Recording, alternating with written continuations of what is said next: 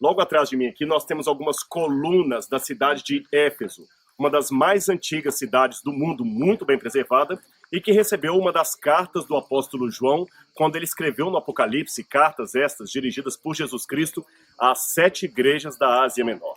Cada uma dessas igrejas representa um período da história do cristianismo, desde a sua fundação até a volta de Jesus. Como os historiadores dividem a história do mundo em história antiga, medieval, moderna, contemporânea, assim também o Espírito Santo dividiu a história do povo de Deus em 7 períodos, que representam, portanto, 7 fases da igreja cristã.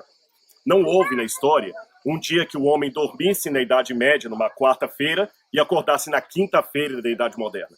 Esta é apenas uma divisão que nós temos, didática, digamos assim, para nos ajudar a entender as características de cada um daqueles períodos. Pois bem, o Espírito Santo, através do apóstolo João, pegou cada uma das características de 7 igrejas que havia na Ásia, e a partir das características desta igreja, profetizou o que aconteceria com a igreja de Deus ao longo dos anos.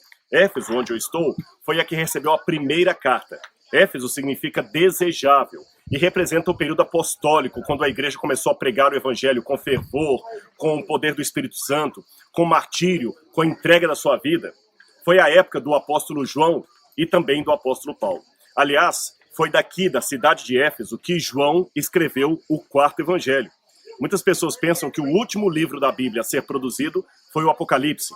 Mas depois que João escreveu o Apocalipse na ilha de Patmos, houve um indulto dado por Nerva, ele foi liberto de Patmos, voltou para Éfeso e aqui escreveu 3 epístolas e o livro do Apocalipse. Foi aqui também que o apóstolo Paulo ficou pregando durante muitos meses na escola de Tirano. E depois que ele pregou várias vezes aqui, ele acabou falando verdades contra uma religião oficial que havia aqui nessa cidade. Eu vou falar um pouquinho sobre essa história para você. Logo aqui atrás, você tem os restos do teatro romano daquela época. A Bíblia fala que Paulo estava na sinagoga no começo, não encontramos arqueologicamente o local da sinagoga de Éfeso, mas depois ele transferiu-se para a escola de Tirano, que provavelmente seria um Odeon, que está lá do outro lado da cidade. A cidade aqui era muito grande. E quando Paulo começou a falar as verdades a respeito de um Deus único, da salvação em Cristo Jesus, os habitantes da cidade começaram a ficar incomodados. E a grande deusa padroeira de toda a cidade era a deusa Artemis, também chamada de Diana, ou Diana dos Efésios. Ela era a deusa padroeira daqui. E havia alguns homens que produziam nichos de ouro e de prata para a colocação da estátua, da imagem de Diana.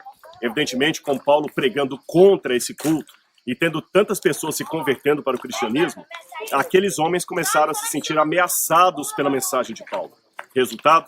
Conclamaram as autoridades da cidade a mandarem Paulo embora daqui. Paulo queria vir até o teatro, onde a multidão se aglomerou para discutir o caso. Mas, na verdade, essa multidão aqui era uma turba enfurecida. Lembre-se, eles adoravam a deusa Diana. Era a deusa padroeira daqui. Falar mal de Diana naquele contexto, uau, imagine a complicação que foi. Paulo tinha respeito pela religião dos outros. Paulo tinha respeito pela fé dos demais. Porém, isto não o inibia de falar as verdades, mesmo que essas verdades implicassem em desmascarar algumas doutrinas, alguns cultos que não eram de Deus.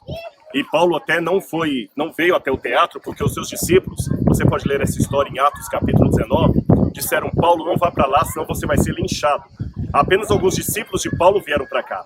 E no teatro, com mais ou menos 30 ou 40 mil pessoas, você imagina, como diz o livro de Atos, a turba gritando: viva grande Diana dos Efésios, viva a grande Diana! Eu posso escutar ainda, pela fé, o eco daquela multidão. Paulo deve ter passado por aqui muito preocupado. Ele deve ter se perguntado: Senhor, onde é que eu errei? Será que eu falei mais do que devia? Será que eu falei menos? Será que faltou argumento? E Paulo, infelizmente, foi obrigado a deixar a cidade de Éfeso e caminhou por esse lugar onde eu estou aqui. Se você acompanhar comigo, você vê que até hoje existe uma grande colunata e ela dava destino até o porto da cidade. Paulo, então, saiu de Éfeso, foi para o porto e lá navegou para outros lugares para continuar pregando o evangelho. Mas não foi um desastre a pregação de Paulo.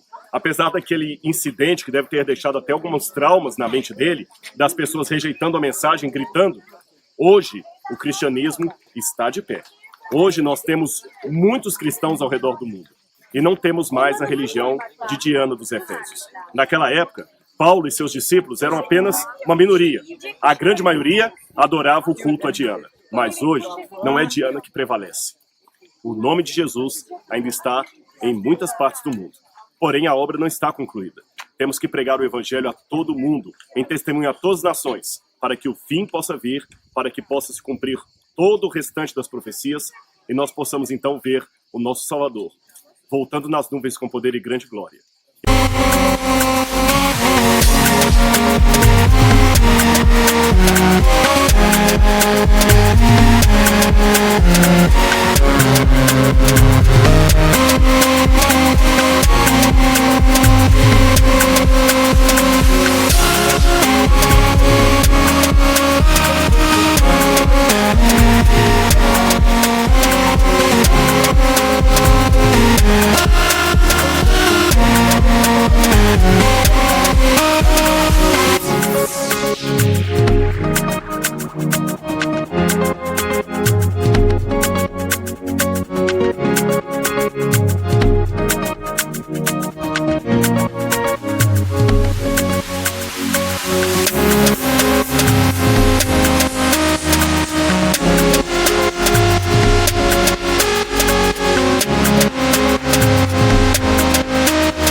Naquele dia, segundo a Bíblia, ele ressuscitará os mortos em Cristo.